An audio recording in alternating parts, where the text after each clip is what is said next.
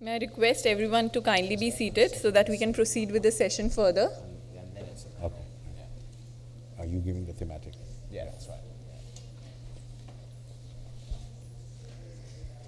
So I now take this opportunity to introduce Mr. Laurie Pearcey, Pro-Vice-Chancellor, International, UNSW. Appointed to his current position at 33, Mr. Pearcey is the youngest Pro-Vice-Chancellor in the Australian higher education sector and is one of the youngest university leaders internationally.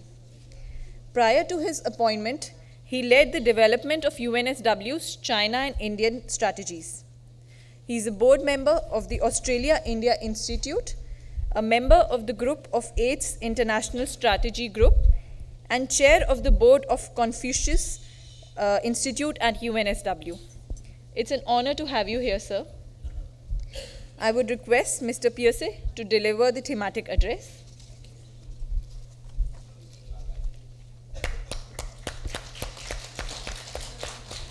People are very stingy with their classes. Well, good morning, ladies and gentlemen, and thank you. It's an honor and a privilege to set the scene at these important discussions here in Delhi today. I'd like to start my remarks this morning by telling you a story which I hope will set the scene for the key themes of my speech today. This is a replica of Mahatma Gandhi's iconic spectacles, which are made from a 3D printer entirely from recycled e-waste materials developed at UNSW's world-first microfactory in Sydney. Whilst very much inspired by Bapuji, the catalyst for the creation of this pair of glasses was the visit made by the chair of the Observer Research Foundation, Dr. Sudhindra Kulkarni, to UNSW in late 2016. During his visit, I had the pleasure of showing Dr. Kulkarni our technology, where I witnessed his excitement when we demonstrated 3D e-waste printing at work. "That's it," he shouted. "That's Swachh Bharat. That is Clean India." Being an India novice, I had no idea what Swachh Bharat was, and I then proceeded to search on my iPad and discovered that the logo of this campaign is, of course, none other than Mahatma Gandhi's iconic spectacles. Developed by Scientia Professor Veena Sahajwala and her outstanding team, our e-waste microfactory transforms toxic e-waste into a range of high-value materials such as filaments for 3D printers. And given that Mumbai alone generates nearly 1.2 million tons of e-waste annually, Dr. Sudhindra Kulkarni's excitement is perhaps understandable. But his visit to UNSW was important because our research opened his eyes to the value of an innovation which is so simple yet potentially so transformative. He opened my eyes to the value of a social philosophy and the potential that exists between great science and social impact. We 3D printed these glasses, which were then presented as an official gift from Australia's Prime Minister Malcolm Turnbull to Indian Prime Minister Sri Narendra Modi ji during the former's landmark visit to India in April 2017. And 2 years on, I hope that these glasses are a meaningful and powerful way for me to open my speech. Because for me, these glasses have come to symbolize a new way of looking at the problems we face and the things needed to solve them. We need generosity and partnerships led by research and guided by a vision. We need to create and nurture them because mankind is facing new challenges while still wrestling with the legacy issues bequeathed to us by past generations. Inequality has deepened, environmental degradation has worsened, and the energy crisis that we face has intensified. But you know these things, and I don't need to remind you that the problems that we face are big and complex. I don't need to alarm you with numbers that describe the impact of exponential urbanization or the blind and unnecessary environmental costs which are too often incurred in the name of economic progress. Instead, I want to encourage you this morning with increased evidence of our collective ability to solve them. This summit, and UNSW's involvement with it, is recognition that the world's problems will not be solved alone. It's also evidence of a new way, a more sustainable approach to policy development built upon deep and interdependent partnerships across industry, universities, research institutes, and government. An approach that fosters collaboration and generosity in ways that allow knowledge to flow more freely to where it is needed the most. An approach with solutions that better link economic development with cultural traditions and a sacred respect for our environment. And the potential of this approach is evidenced by UNSW's growing work across India, be it the work we were advancing last month with our inaugural Australia-India Knowledge Exchange workshops, or the work we are doing on smart cities in places across this great country, such as Thane, Pune, Hyderabad, and beyond. Our Knowledge Exchange workshop, which took place in Sydney, was all about allowing researchers to share best practice and examine the applicability of our work into urban heat management solutions in an Indian urban context. The Australia-India Smart Cities project, led by UNSW and funded by the Australian Government's Australia-India Council, is creating similar partnerships between Indian decision makers and smart city specialists from around Australia. This is helping both countries harness big data and technology to deliver informed urbanization solutions and smarter cities. And while these are two examples of existing partnerships, the potential of even more in the future was evidenced by the people we met and the conversations we had during our research roadshow last year to Delhi, Hyderabad, and Chennai. And as our Vice-Chancellor said in the previous session, it was this roadshow that seeded our partnership today with Terry, and it was the catalyst for our role as co-designers and co-creators of the GRIHA Summit. Over 2 weeks, the UNSW team spoke with government officials, researchers, entrepreneurs, and students, and it was an incredible approach where I was amazed by the innovation and the value for many that this country is taking with its approach to design thinking and disruptive innovation. I was encouraged by a commitment at all levels of government and industry to solve urban problems together, and I was focused by the needs so evident within the urban communities where we visited. Urban communities living dangerously in the shadow of inadequate landfill sites, struggling to deal with the 62 million tons of urban waste that is produced annually. And India is a remarkable country, and it's on an incredible journey, and it offers the world so much hope for solutions to the greatest challenges of our time. While many of these challenges are being faced by the people of India, this country's growing capital base and increased political will, coupled with its capacity for disruptive innovation, ingenuity, and community-based solutions, I believe will offer humanity some of its most interesting solutions. And that's why for UNSW, an outwardly facing, socially engaged, top 50 global university, for us, India is a strategic imperative. And that's why we're investing heavily in our partnerships with India with a strategic focus on academic excellence, social engagement, and global impact. Our focus on academic excellence drives a research and education-intensive approach, resulting in educational standards and research achievements that rival any of the world's great universities. We pride ourselves on being one of the world's only universities that can deliver both research and education excellence at scale and at high quality. And we're passionate in our belief that the great universities of the 21st century do not need to surrender their education mission at the expense of their research intensity. And the work of our built environment team and our smart cities researchers spread across our faculties who you will be meeting over the course of GRIHA over the next couple of days are demonstrations of both. Our focus on social engagement through our Grand Challenges program has reprioritized our research efforts and our quest for innovative, non-conventional, and disruptive research partners, be they non-government organizations, cash-starved startups looking at harnessing great science to turbocharge their growth, or a major corporation which is focused on generating social impact. And it will make it easier to put the results of this research into the hands of India's urban planners and policymakers. But ladies and gentlemen, while investment is key, alone it is not enough. The viability of our partnerships and the impact of our research through the exchange of knowledge is dependent on generosity, a selfless willingness to share in the service of a greater good. And we've applied this thinking to our Easy Access IP program, which is about giving innovation to the world by providing a proportion of the inventions and the technologies developed at UNSW under license to our partners for free with no exchange of royalties.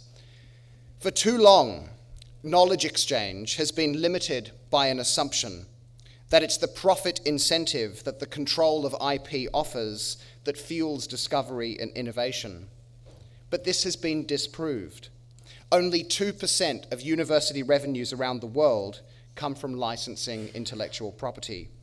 And UNSW is excited to be playing its part in a global revolution, to unshackle knowledge from outdated IP restrictions, and the potential of this for our partners in India and elsewhere around the world greatly excites me. As I've experienced firsthand India's unique approach to innovation and engineering, which was so eloquently described by Dr. Ram Mishelkar as Gandhian innovation, where progress is more a measure of the number of lives improved than economic targets achieved. Rather than going it alone with one part of the solution, UNSW can freely give many of its inventions to our research partners, policymakers, and urban communities, partners who will use them to make habitats more sustainable and communities greener, safer, and better, by turning them into something more, for less, for more, and more. And last but not least, our focus on global impact has resulted in an ambitious and exciting agenda to educate thousands of India's brightest minds between now and 2025. Our objective is to equip every student with the skills and knowledge to be globally minded, in-demand graduates who are prepared for the 21st century and ready to make a positive impact on society. And this ambitious plan demonstrates our ability to deliver education at quality and at scale. Our commitment to building capacity in India's higher education system and the skills required to drive India's ambitious development agenda. And this is exciting. And I think it's exciting because these brightest minds represent our biggest opportunity to have the biggest impact on the planet, each a potential node in a global network of personal connections and bilateral relationships. And these relationships form the heart of the Australia-India Economic Strategy to 2035, which is a bold vision built upon education's ability to connect people with people in ways that allow knowledge to navigate division so that it can gather in the places where it is needed the most. To understand the potential of just one bright mind, I would like to introduce Diksha Nathani, who is the recipient of a UNSW Future of Change Scholarship.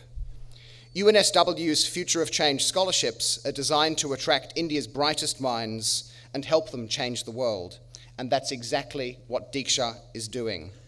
After completing her BA in Architecture at the University of Mumbai, Diksha was awarded a Future of Change scholarship, and she is currently studying for her Master of City Planning at UNSW, after which she intends to return to rethink India's built environment. And her studies at UNSW have been complemented by opportunities to get real experience working to solve the infrastructure and urban development needs of communities across the planet. Diksha's involvement in a symposium in Fiji, which was focused on capacity building and creating resilient urban futures in the Pacific, was one such opportunity. Described in Diksha's own words as a very hands-on experience, an opportunity to understand grassroots problems, community issues, and how governments can address them, and collectively to work in partnership on solutions. This is valuable experience that will help Diksha realize her ambition to contribute towards a cleaner, healthier, more affordable, and livable urban environment.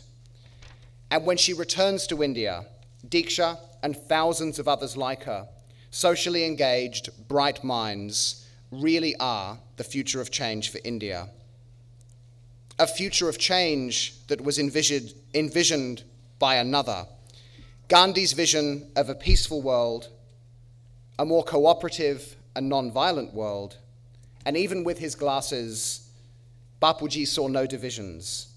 He was perhaps the most universal man the world has ever seen.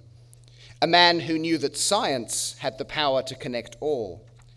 A man who famously said that science without humanity is one of the world's deadly sins, and who believed that knowledge and learning opportunities should not be monopolized by the few, but should be made available for the benefit of all. And I believe we can realize this vision. With generosity and partnerships, we can turn excellent science into social innovation and ensure that science is developed with humanity and for humanity. And while the challenges we face are great, our resilience in the face of them should be strengthened by the knowledge that collectively we can solve them. We have a way to go, but I believe we are slowly turning a corner, slowly creating new threads to turn Bapuji's spinning wheel, creating invisible threads and connections which can connect and illuminate people, science, and innovation. Invisible threads that will allow students like Diksha and thousands of others like her to weave a more sustainable version of tomorrow and to be the change they wish to see in the world. Dhanyavad.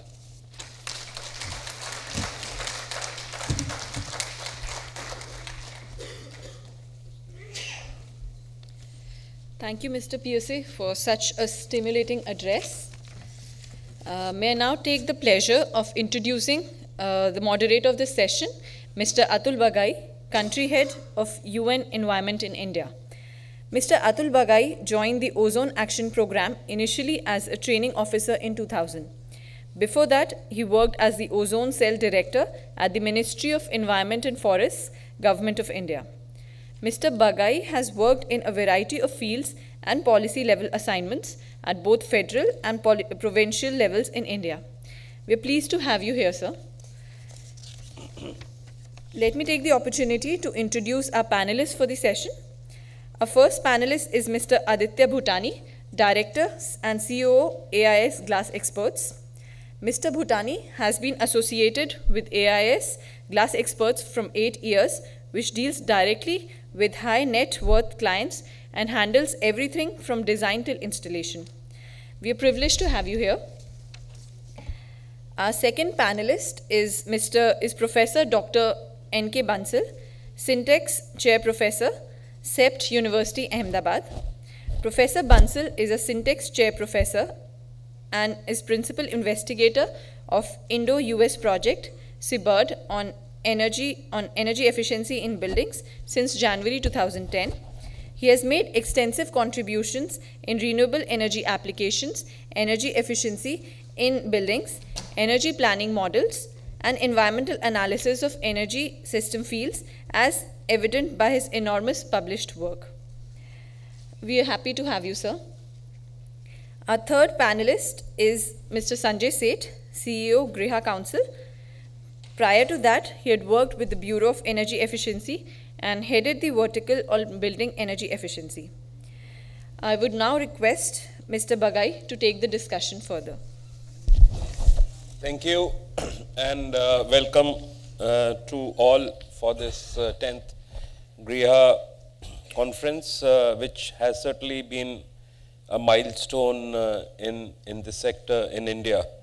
Of course, moderating a session at this time, a responsibility that has been given to me, is a very difficult one, especially when the election results are right now being discussed and coming out outside this room. So it's going to be a little tough to keep your attention on this issue.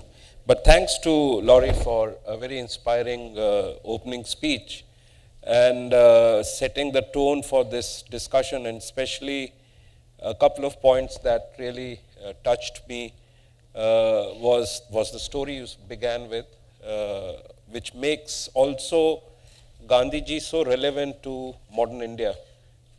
This is a debate that's been going on about his relevance, and by showing 3D glasses that have been made, I think that contextual relevance of Gandhiji is so much important for what we are facing, especially from an urbanization point of view, if we are going to focus on that aspect of discussion. The second part which struck me was the issue which you raised about the close cooperation between Australia and India in this regard. And I think it showcases that partnerships can only scale up the effort. You were talking of a scholarship for one of the students from Mumbai, but we should be looking at millions of such kind of collaborations if we have to address the issues which India is facing in regard to the mandate which GRIHA has in terms of looking at urbanization and about waste management. This also becomes very important from the context of the recent announcement that our Prime Minister has made of elimination of single-use plastics by 2022. And innovations like what you were talking of are things that are needed in a country like India. I have a very esteemed panel members here. I am in fact not an expert on these issues, but would certainly like to get their perspective to learn also from them in terms of the normal cliche that we use in this sector is that 50% of what is the building space in India right now will come up in the next 10 years or 15 years, and the challenges that it will pose. I would like to request Sanjay, from his perspective of heading GRIHA Council, of how does he perceive addressing this challenge that the 50% building cover that will come up in the next 10, 15 years is able to address or mainstream some of the GRIHA principles? Well, I think, sir, I mean, it's a huge opportunity for us, especially given that, 50% or more of the built environment is yet to come in place. So my take has always been that, it's never easy unless and until there is a demand created for it. And unless and until the consumers start demanding for green and sustainable, nobody will deliver it. And that's the reason. And that becomes even more contextual in our case because we have a shortage in housing. We have about 18 million shortage houses are still in short supply, which we are trying to bridge by 2030. So that makes the task even more tougher for us. But yes, we have to have very, very innovative business models so that the demand from the consumers can be, can kick in. And once the demand kicks in, the developer would be obliged to provide green and sustainable. And parallelly, we also need to kind of demystify this myth that green costs more. And time and again, using platforms such as these, we have kind of communicated the message to the masses that it does not cost more. In fact, if at all, it brings down the cost. Even the way these buildings are operated, they are much more cheaper to operate and much healthier entities to be living out of. So I think to begin with, I'll just leave my thoughts at that. Thank you. I think that point on consumer demand is very, very critical in the sense that this is something which I think is happening a lot in the Western world, but probably not so much in the developing countries, where consumer is the king, as they say. And that is something which you're right. Meaning on the panel we have academicians, we have people from the business, and I would come to Aditya in terms of his perspective of how consumer demand is driving or can drive this whole change in India. Good afternoon. I personally understand that since I'm in the glass industry, being green, going green, cutting electricity, getting bills down is the way forward. People as a consumer are looking into it and they want solutions which delight. Obviously, you have to have these simulations and these analyses done which provide them and creates that awareness. But I personally see this market moving towards that, and even end consumers, end customers are now looking into it and asking us to present such things. AIS fully supports and strongly believes in this and is moving completely towards this.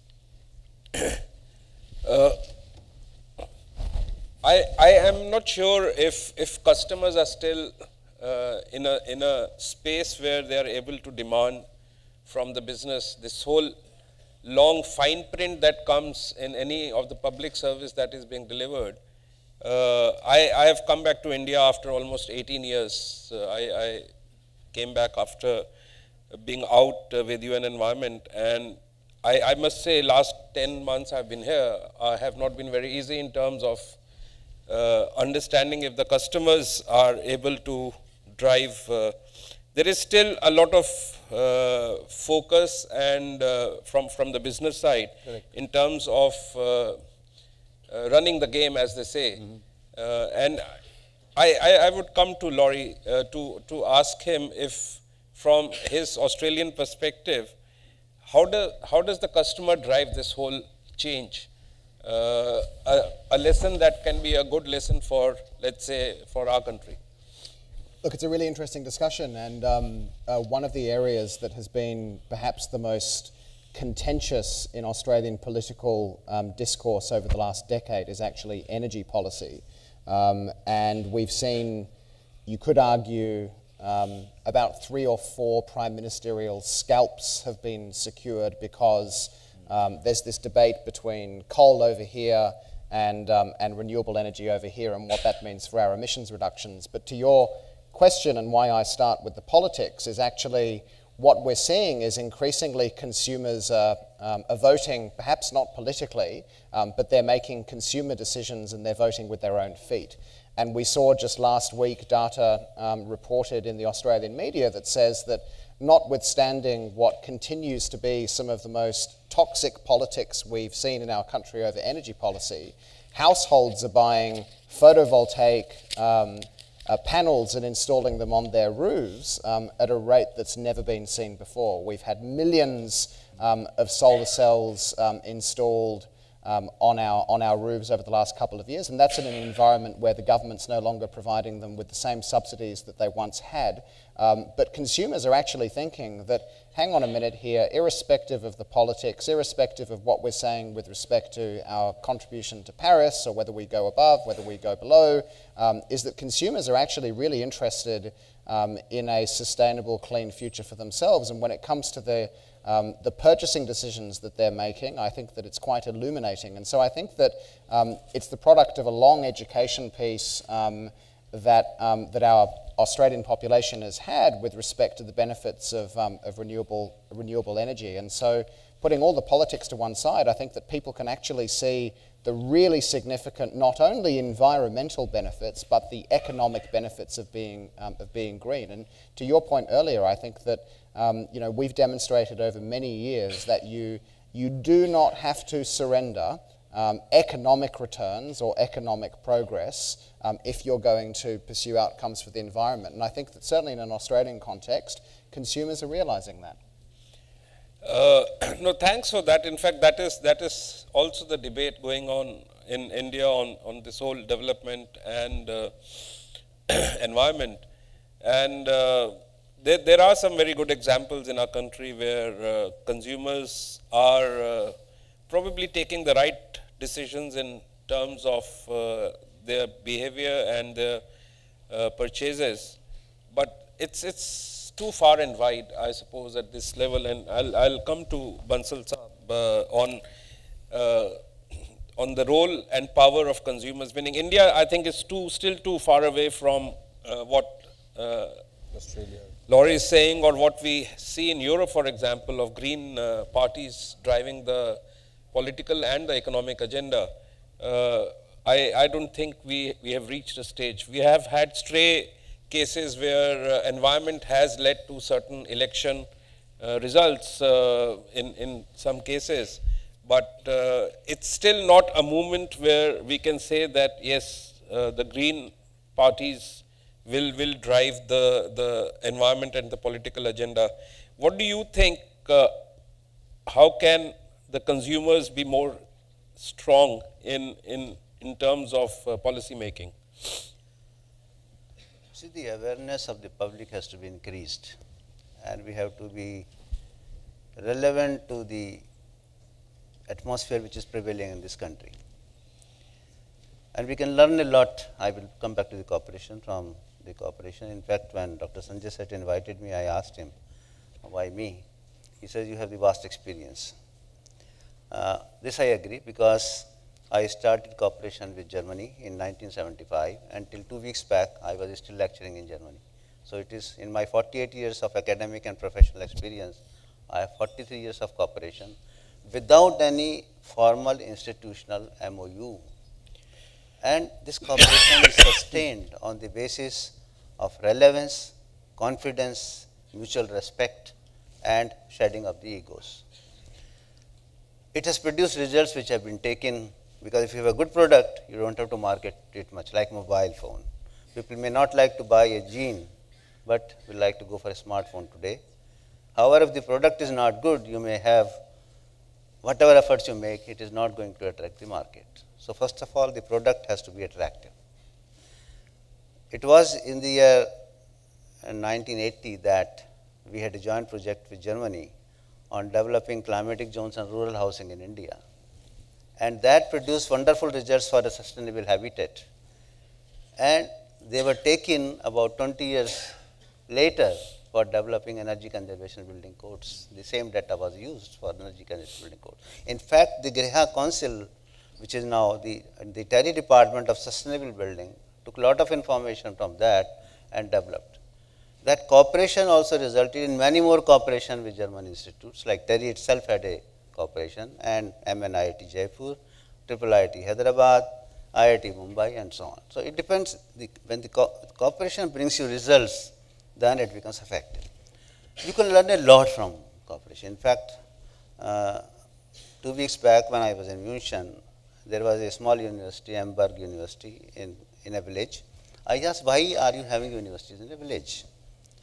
And he replied that all young people cannot be allowed to rush towards cities. Now, if you open only IITs and NITs in the big cities, the rural population will move, and all of them are not competent to get admission there. So what we have, the government has decided that such institutions should be at the village side. They are not academic institutions. They give 3 years bachelor degree, but teach practical skills, practical engineering skills, much more than ITI. They have beautiful labs, beautiful workshop. The investment have been made by the central and the state government, and this has stopped the migration from villages to urban. We are very proud of saying that in the next 15-20 years, 250 million people will be moving towards urban. They will become urbanite. But imagine the type of load it is going to have on the infrastructure. Because if you are calling of sustainability building habitat, it is a very holistic subject. Even the GRIHA rating system has to be expanded. You need urban planning, you need architecture and building form, you need social infrastructure, you need physical infrastructure, you need waste management, you have energy and water resources, environment problems.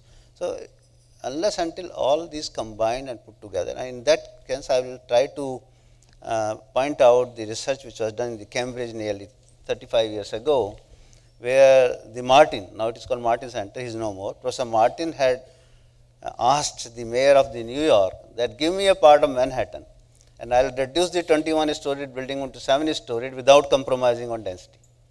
Now, this kind of work is not done. You need much more research, much more development, and if the product is good, so many architect people come to me even today, it will have a market. So, consumer has to be is attracted by the product, not by force. And if that product is attractive, consumer will take it. No, that's well said, and I think you've hit a very important point when we are talking about people moving to the cities and the solutions to the immense problems which you are raising. Meaning, I think decentralization is a major approach that we need to follow in terms of finding solutions. So, meaning it can take many shapes and forms. For example, waste management which you're talking of. we all think that it's the responsibility of the municipal corporation to probably address this issue, and the waste which we see now in most of the cities is appalling. Meaning there are examples like Indore or a couple of other cities, but I think waste management at a city level also is not a correct probably approach. If it can be done at household level, and that's where your awareness issues become very important. I think that is the approach that would need to be followed. But also, I think in most of our debate, we tend to forget that we are leaving out, as you said, 60% of our of our space, the rural areas, which we just don't account for. Meaning, when you're talking of GRIHA or you're talking of greenhouses or green buildings, meaning the number of houses that are being built in the rural areas through either government schemes or private enterprise, are green standards being adopted there. And that's where I'll ask Sanjay, meaning there are very successful examples of decentralization which have happened. But for the rural areas, how can, as Professor Saab is saying, how can the GRIHA be addressing that issue? Well, sir, I think, you know, GRIHA has a rating tool. It's basically a tool to evaluate efficiencies across the time, right from the time you design till the time you operate the buildings. We can extend it to any kind of building. But the point is that rural households are very, very sustainable, the way they are constructed, the way they are operated. I don't think that, and the opportunity that exists in kind of savings or resource efficiencies that need to be incorporated in their design or in their operations are very, very minimal. I mean, the opportunities that may come up are not very, very large there. It's the urban spaces which are really doing the damage that is required to be controlled. And that is why I think the focus has been largely on the urban spaces. But having said that, we are open to, of course, doing things to help them become more resource efficient so that they are able to continue their sustainable lifestyles that they are already following. I mean, if you look at the rural lifestyles, by and large, they are much more sustainable and less consumer, you know, they consume less rather than the consumptive societies that the urban spaces are turning out to. So, that's the point that I would like to leave for the moment. Yeah, that's a point very well taken. Though I think this whole rural housing needs to be very dependent on local resources, Absolutely. which it's not in many cases. And this whole dependence on bricks and the whole brick kiln industry that's destroying the ecosystems. I think from that perspective, that's an area which GRIHA could certainly look at. And also, I think there may be a need for GRIHA Council to interact with the Ministry of Rural Development. Sure. In terms of integrating through their policy in case some of these elements can be brought in. I will move to another aspect of this whole habitat development, and also in terms of, again, coming though to not rural housing, but coming to the lower middle income groups and the vulnerable section housing in urban areas. And how can we make that more inclusive in terms of urban planning? And I'll come to, again, to Laurie to see how, if any of these issues are, how are they addressed in Australia, and how can that be a good model for us? Yeah, absolutely. Look, I think that the scale of India's urbanisation challenges relative to Australia, which is I like to say that in India there are actually more people aged 9 years of age in this whole country than there are people in Australia, and so the scale of the challenges are different. But I think that Australian cities have developed in an interesting urban context where our policymakers have been sensitive to the needs of communities, but there has been a sense of of overdevelopment and looking at the way that state governments, certainly in New South Wales, have operated over recent decades. There's this sense of an interesting relationship at a political level between the government and developers. And what we're actually looking at in Sydney at the moment is we're looking at even more density of our urban environments. And so as the government invests in public transport infrastructure, then the government seems to be talking about a future where we're actually going to have extreme population density that's built alongside the rail corridor. And for a city that that's not quite had the sort of density that you expect to find in environments like Hong Kong or elsewhere across large urban cities, people are feeling quite confronted when it comes to seeing that type of urban density potentially in their cities. People, I think, are very welcoming of increased investment in public transport, and we're seeing better infrastructure come through, but not at the expense of what are quite unique urban communities. Thank you. What I was just thinking, instead of just making it amongst us, we have 5 more minutes, and I was just wondering if anyone in the audience would like to ask the panelists any issue they would like to raise from the context which we have been discussing. But we have about 5 minutes, so we could take a couple of questions. I don't know whether we have mics, but if you could raise your hands and introduce yourself. Yeah.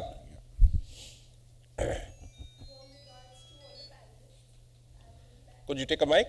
Please introduce yourself. And I'm a student of politics from Lady Shri Ram College, and my question is particularly to Mr. Bagai.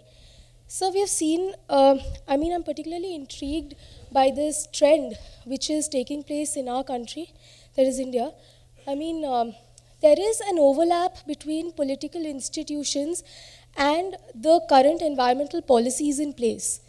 So when we call ourselves a democracy, but what we see nowadays is a political struggle which is, in other words, a Game of Thrones. So do you think we are likely to sort of push our environmental policies to the peripheries, and it's getting sidelined in the larger picture?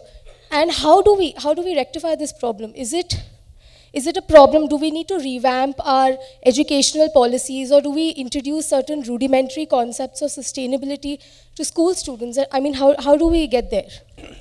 Thank you.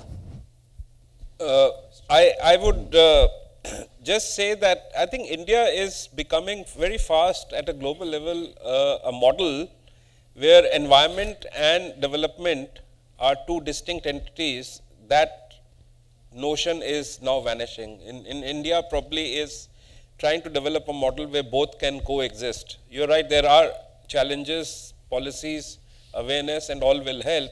But I think India is fast moving towards an area where they are trying to show that these 2 things can coexist. And I think what's happening, for example, Sanjay is here, if you're taking just a very small example, of course it does not touch a major part of our population, but this whole energy efficiency work which is going on is a very good example of how these both can coexist. But you're right, meaning that is one of the biggest challenges India is facing.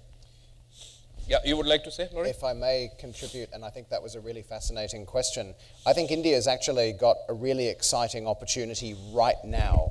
And as India's economy continues to grow, and as urbanization really becomes one of the defining features of this country's development over coming decades, you've actually got an opportunity to consider development and environment in parallel.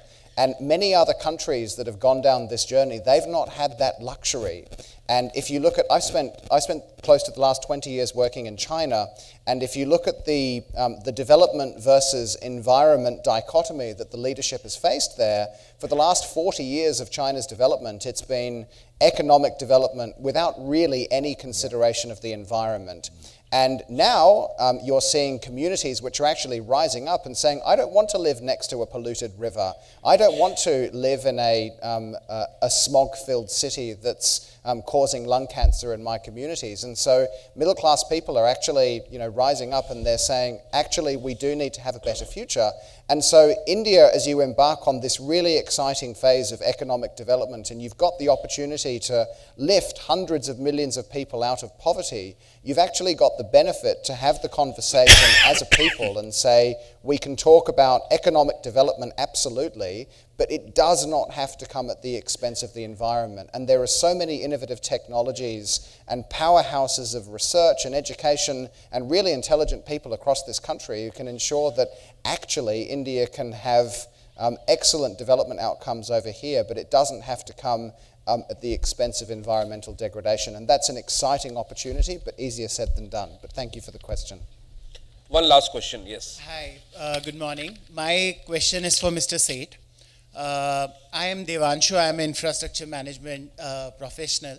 And so Maharashtra recently, they came up with a draft policy on green buildings.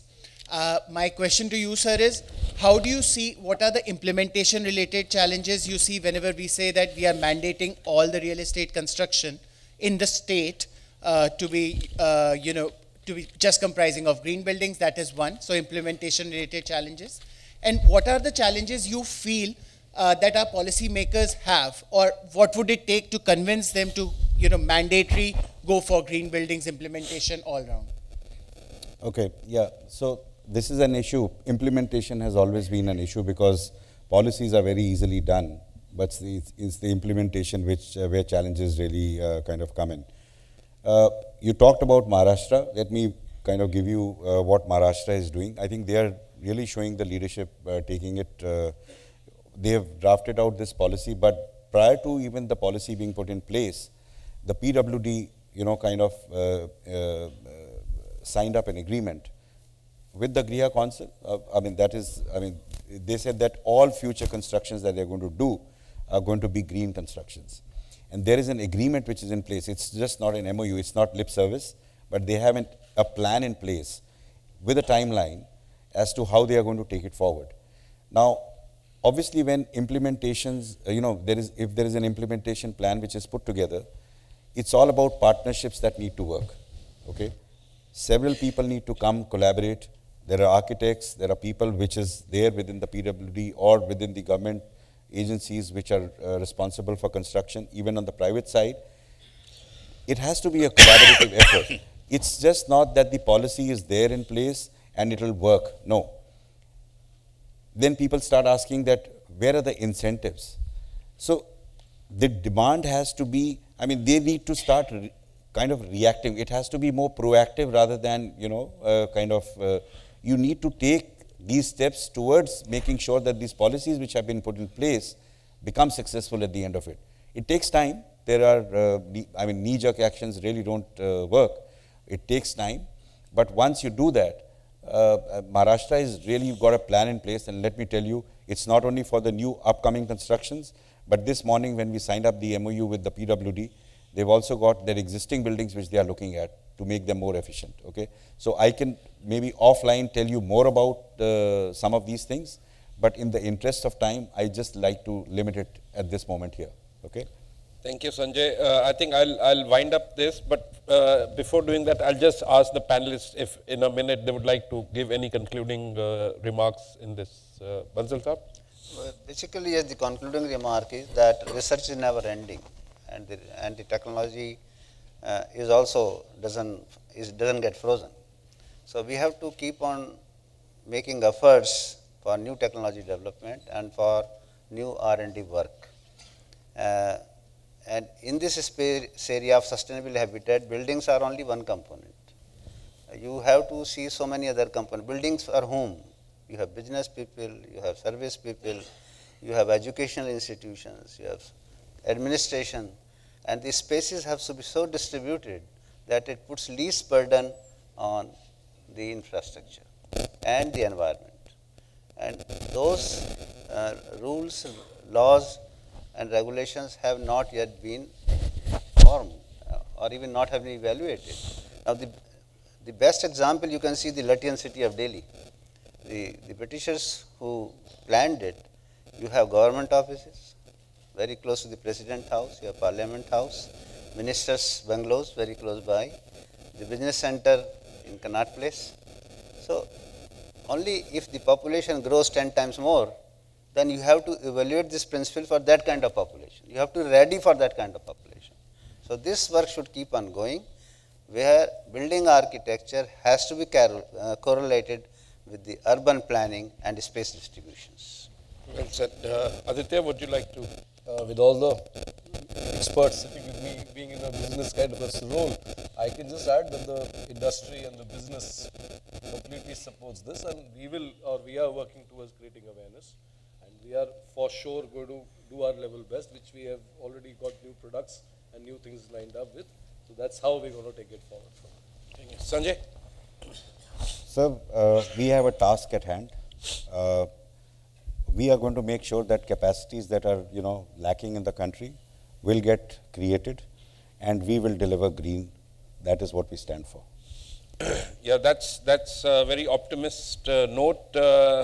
Laurie, would you like to sum up from your perspective? You started with a great story. Thank you very much. This has been an interesting discussion. I mean, I think my message to everyone here today, as it would be anywhere in the world, is don't think about sustainability in a state of splendid isolation. We have to tackle this through partnerships, and we have to tackle this with a multi and interdisciplinary approach which combines the best insights you can find on architecture, urbanization, urban resilience, smart cities, great engineers, also fantastic social scientists.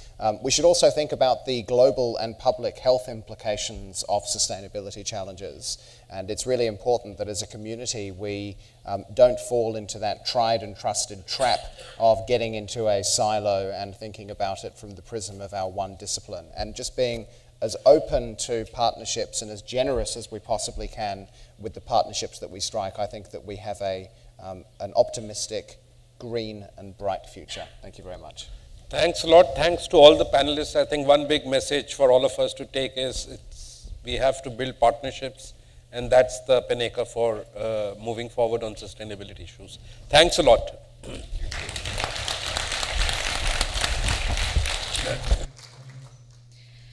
Thank you all for the enriching discussion that we had here. I request Mr. Bagai to kindly present a small token of appreciation to our panelists.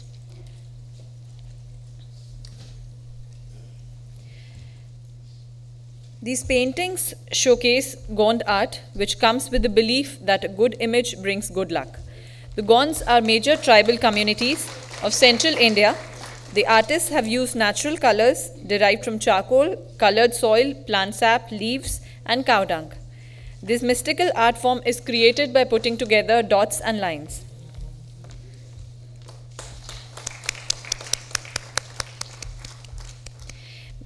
May I now request Sanjay Seth sir to kindly present a token of appreciation to our esteemed moderator.